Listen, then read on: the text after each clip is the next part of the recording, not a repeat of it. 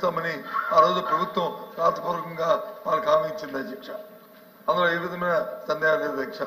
ప్రభుత్వం అంటే ఇది కంటిన్యూస్ ప్రాసెస్ అధ్యక్ష. ఆ నేపథ్యంలోనే వాళ్ళు అడుగుతున్న డిమాండ్ అధ్యక్ష. సంబంధించిన కమిటీ ఒక సెకండ్ అధ్యక్ష. మరి ఇప్పుడు మంత్రి గారు కూడా వారు కూడా అంగీకరించారు అధ్యక్ష. ఏమని మాకు అభ్యంతరం లేదు, మేము డిస్కస్ చేయని మాకు ఇబ్బంది లేదు అన్నారు అధ్యక్ష. ఈ క్వశ్చన్ పోస్ట్ పోన్ చేసి డిస్కషన్ స్టార్ట్ చేయండి. లేదు అంటే క్వశ్చన్ అయిన తర్వాతనే దాన్ని అలౌ చేయండి అధ్యక్ష. అంగన్వాడీ దీని మీద మాట్లాడడానికి వారు ఒప్పుకున్నారు కదా అధ్యక్ష. ఒప్పుకున్నారు కదా. క్వశ్చన్ అయిన తర్వాత డిస్కస్ చేద్దాం. మంత్రి గారు కూడా ఒప్పుకున్నారు కనుక సార్ 108 మీద సభ్యులు వాయిదా తీర్మానం ఇస్తే మీరు వాయిదా తీర్మానం ఇవ్వాల్సిన అవసరం లేదు. నిన్నే గంట సేపు శాసనసభలో చర్చించాం. ఇక్కడ కూడా చర్చించడానికి ప్రభుత్వానికి ఎటువంటి అభ్యంతరం లేదు. తమరు ఎప్పుడు వీలైతే అప్పుడు పోస్ట్ చేయండి. దాని మీద డీటెయిల్ గా గత 5 సంవత్సరాలు ఏం జరిగింది, ఇప్పుడు ఏం జరుగుతుంది, మేము చెప్పింది 104, 108 మీద అధ్యక్ష. ఒక 100 సబ్జెక్టుల మీద వాయిదా తీర్మానాలు ఇస్తే అన్నిటి మీద చెప్పవలసిన అవసరం కూడా లేదు అధ్యక్ష. ఎల్ఓపి గారు, ఇప్పుడు మంత్రి గారు కూడా చర్చకు ఒప్పుకున్నారు కాబట్టి 104, 108 మీద మేము ఇచ్చిన వాయిదా తీర్మానం చూడండి అధ్యక్ష. వాయిదా తీర్మానం చూడండి.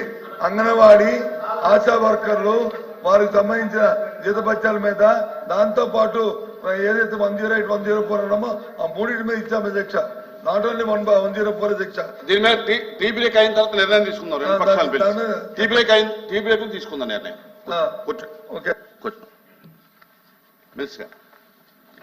అధ్యక్ష, గౌరవ సభ్యులు అడిగిన ప్రశ్నకు అధ్యక్ష, ఏ ప్రశ్నకు అవునండి, బి ప్రశ్నకు లేదండి, సి ప్రశ్నకు అధ్యక్ష మదనపల్లి స్థానిక పోలీసులు 9 ఎఫ్ఐఆర్ నమోదు చేయడం జరిగింది అధ్యక్ష.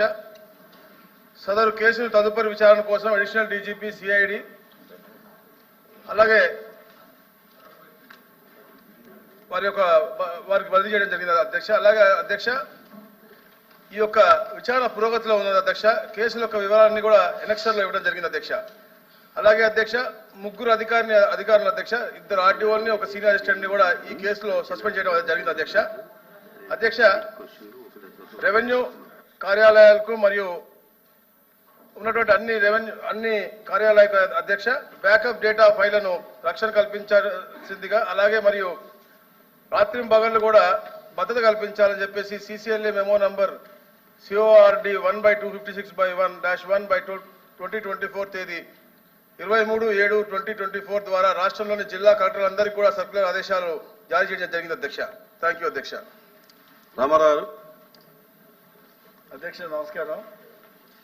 గత ప్రభుత్వంలో రాష్ట్ర వ్యాప్తంగా అనేక జిల్లాల్లో ఎస్ఐన్ ల్యాండ్స్ అన్ని కూడా ప్రీహోల్డ్ చేసిన నాయకులు కానీ, అక్కడ మదనపల్లి ఏరియాలో మాజీ మంత్రి గారు కానీ అనేక వేల ఎకరాలు ప్రీహోల్డ్ చేసిన విషయము మనం చూసాం.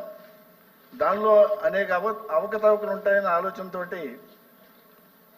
ఆ రికార్డ్స్ అన్నిటిని కూడా 22 జూలైలో తగలబెట్టిన విషయము రాష్ట్ర వ్యాప్తంగా ప్రజలందరూ తెలుసు. నేను గౌరవ మంత్రి గారిని ఒకటి అడుగుతున్నాను, ప్రీహోల్డ్ కింద మదనపల్లి ఏరియాలో ఎన్ని ఎకరాలు ప్రీహోల్డ్ చేశారు, దానిలో రెవెన్యూ డిపార్ట్మెంట్ పరంగా ఎన్ని ల్యాండ్స్ ఐడెంటిఫై చేశారన్నది ఒకటి గౌరవ మంత్రి గారిని అడుగుతున్నాను. నిన్న కూడా చూసాం, ఇక్కడ మదనపల్లిలో 2 రోజుల కిందట రెవెన్యూ డిపార్ట్మెంట్ ఇచ్చిన రిపోర్ట్లో ప్రిలిమినరీగా అనేక అవకతవకలు ఉన్నాయి, ఇంటెన్షనల్గా ఈ ఫైల్స్ అన్ని కూడా తగలబెట్టారని చెప్పారు. పొంగనూరు మండల పరిధిలో సుమారుగా 900 ఎకరాలు ప్రీహోల్డ్ చేశారు. అదేవిధంగా పెద్ద తెప్ప సముద్రం మండలంలో నా దగ్గర ఉన్న ఇన్ఫర్మేషన్, కర్ణాటక రాష్ట్రానికి చెందిన మఠం భూములు 500 ఎకరాలు, మదనపల్లి రింగ్ రోడ్లో సర్వే నెంబర్ 552లో 20 కోట్లు విలువ చేసే 2.5 ఎకరాల భూమి, మదనపల్లి మండలం వలసపల్లి పరిధిలో 247 సర్వే నెంబర్లో 2.73 ఎకరాల భూమి, కురబలకోట అత్యంత విలువైన అనేక భూములు ఈ మాజీ మంత్రి గారి కుటుంబంలో ప్రీహోల్డ్లో ఉన్నాయని చెప్పి మాకున్న ఇన్ఫర్మేషను తంబలపల్లి నియోజకవర్గంలో అనేక భూములు ఇవన్నిటి మీద కొద్ది సమగ్ర ఎంక్వైరీ చేస్తున్నారు.